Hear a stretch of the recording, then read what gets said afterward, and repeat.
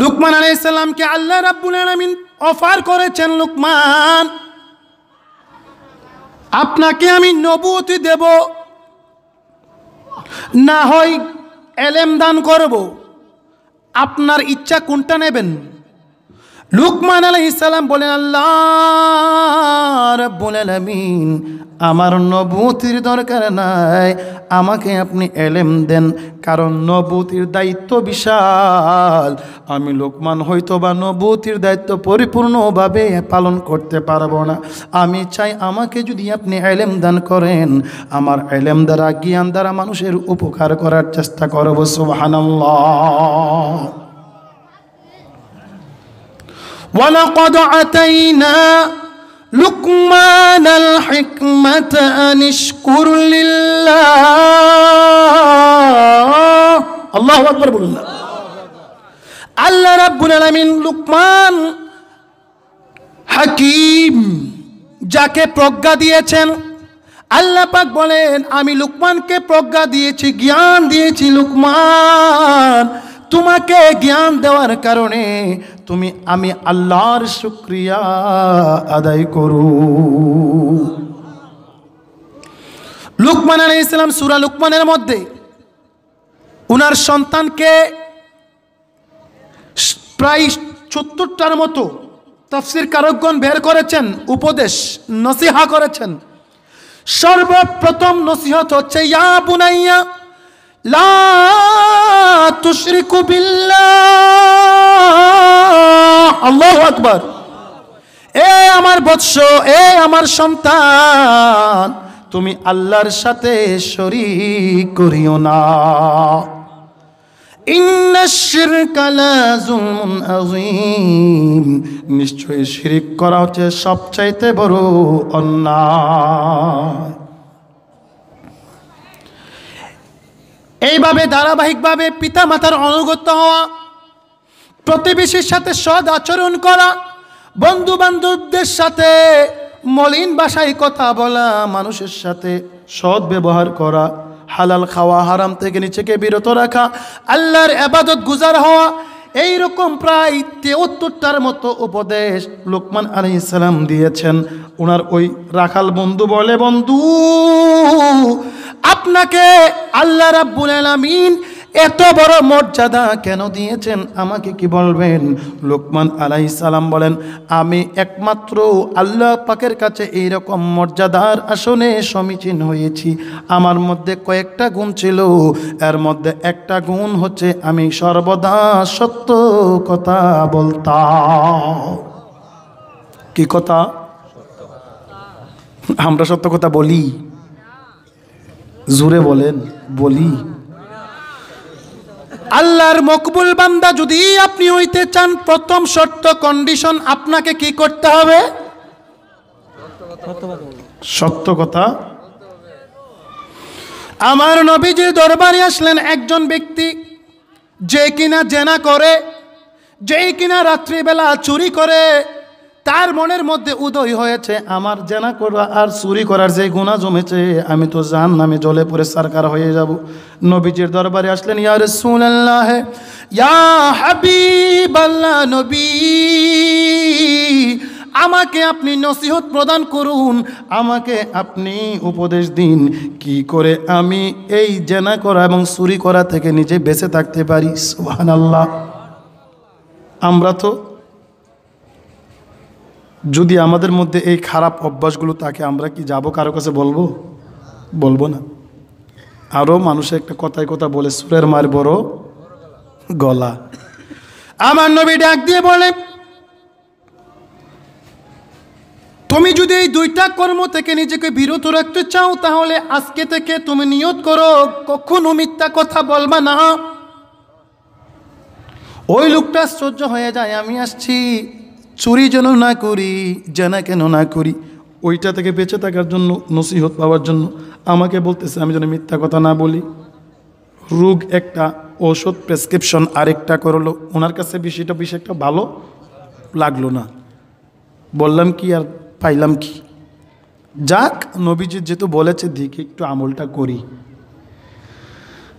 রাত্রিবেলা আবার সেই চুরি করার নেশা, ঘুম ভেঙে গেছে, চুরি করতে বাহির হয়ে গেছে। কতটুক যাওয়ার পর তার মনের ভিতরে একটা বিবেক উদয় হলো, হায় হায়, আমি যে চুরি করতে যাচ্ছি, সকালবেলা যদি নবীর সাথে সাক্ষাৎ হয়, আমার নবী যদি বলে তুমি কি আজকে রাত্রি চুরি করেছ, তাহলে আমি কি জবাব দেব? আমি যদি বলি চুরি করি নাই, তাহলে কি হবে? আর যদি বলি চুরি করেছি, তে তো যেই লাউ সেই কদু। তার ভিতরে বিবেকে নাড়া দিল, ঘরে ফিরে চলে আসলো। আজকে চুরি করে নাই, কারণ মিথ্যা কথা বলতে হবে। নবীজির সাথে ওয়াদা করেছে, সে মিথ্যা কথা বলবে না। কারণ হচ্ছে ইন্নাল কিযবা উম্মুজ যুনুব, নিশ্চয় মিথ্যা কথা হচ্ছে সমস্ত গুনার মা। সমস্ত গুনার মায়ের নাম কি? মিথ্যা কথা। জেনা করার ইচ্ছা হলো মনে মনে, জেনা করার উদ্দেশ্যে বাইর হয়ে গেলেন। কিছু দূর যাওয়ার পর মনের মধ্যে উদয় হলো, হায় হায়, আমি যদি জেনা করি, আমার নবী যদি আমাকে বলে তুমি কি আজকে জিনা করেছো, আমি কি জবাব দেব? না, আমি আর জেনা করতে যাব না। তিনি নবীজির সাথে সত্য কথার ওয়াদা দেওয়ার কারণে আবার নবীজির কাছে ফিরে আসলেন। ওই গুনাহ দুইটা ছিল, চুরি করার, জেনা করা, এই দুইটা থেকে আল্লাহ রাব্বুল আলামিন তাকে হেফাজত করে দিয়েছেন। আমল একটা, আমল কয়টা? কোনটা? আমলটা কি? সত্য কথা, মিথ্যা কথা। জাস্ট দুইটা গুনার কথা বললাম। এরকম অসংখ্য অগণিত গুনাহ আছে। আপনি নিজেকে বাঁচিয়ে রাখতে পারবেন যদি মিথ্যা কথাটা না বলেন, সত্য কথা হার হামেশা বলেন। সুবহানাল্লাহ। সেই লোকমান আলাইহিস সালাম সবক দিচ্ছেন, আমার প্রথম কাজ হচ্ছে আমি মিথ্যা কথা বলি না, সত্যের উপরে, ন্যায়ের উপরে প্রতিষ্ঠিত থাকি, যত বড় আযাব আমার উপরে আসুক না কেন। 2 নাম্বার হলো আমি আমার নিজের চক্ষুকে অবনীত রাখি, চক্ষুকে নিচের দিকে রাখি, বেগানা নারীর দিকে তাকাই না।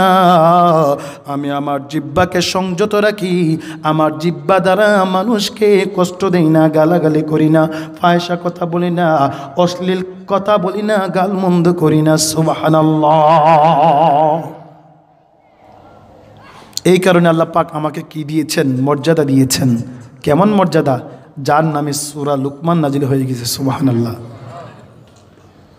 আলোচনা করলে ঘন্টার পর ঘন্টা চলে যাবে, একজন নিয়ে, বাকি 2 জন তো বাকি আছে। বলবো?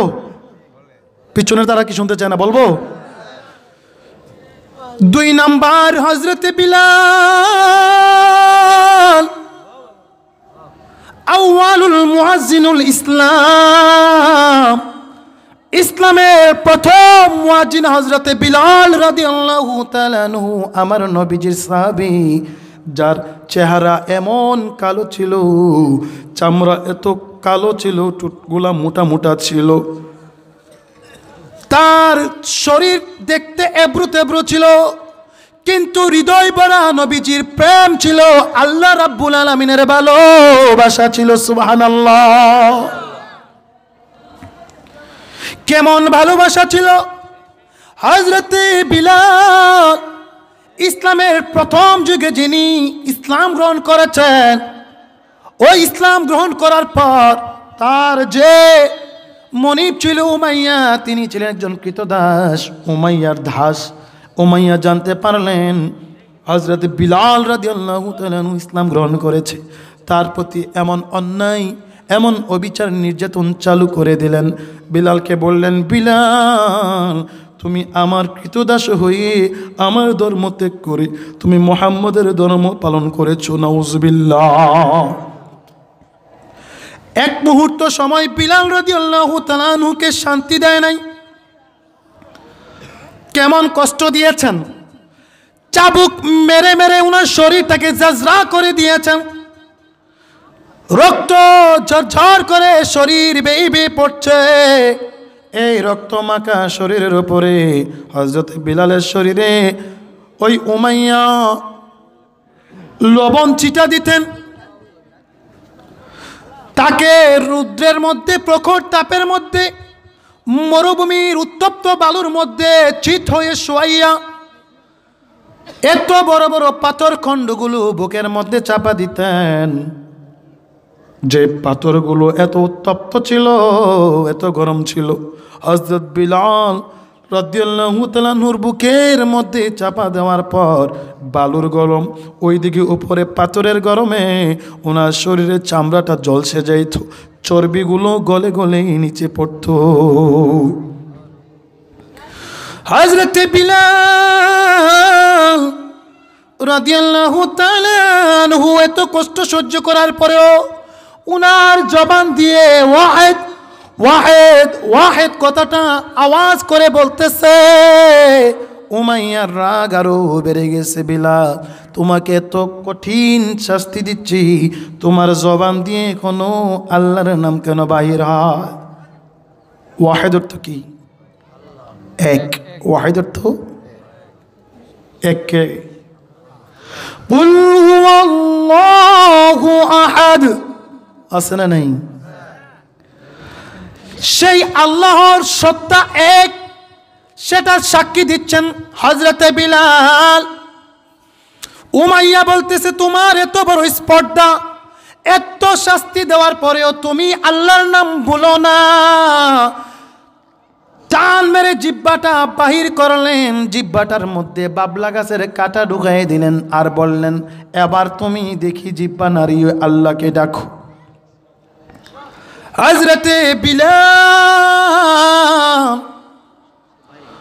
রাদিয়াল্লাহু তাআলা আনহু চোখের পানি গড়গড় করে জড়িয়ে পড়ছে, জবানটা বন্ধ হয়ে গেছে, তিনি আর বলতে পারতেছে না, কথা বলার সামর্থ্য হারিয়ে ফেলছে। তিনি মনে মনে বলতেছে, উমাইয়া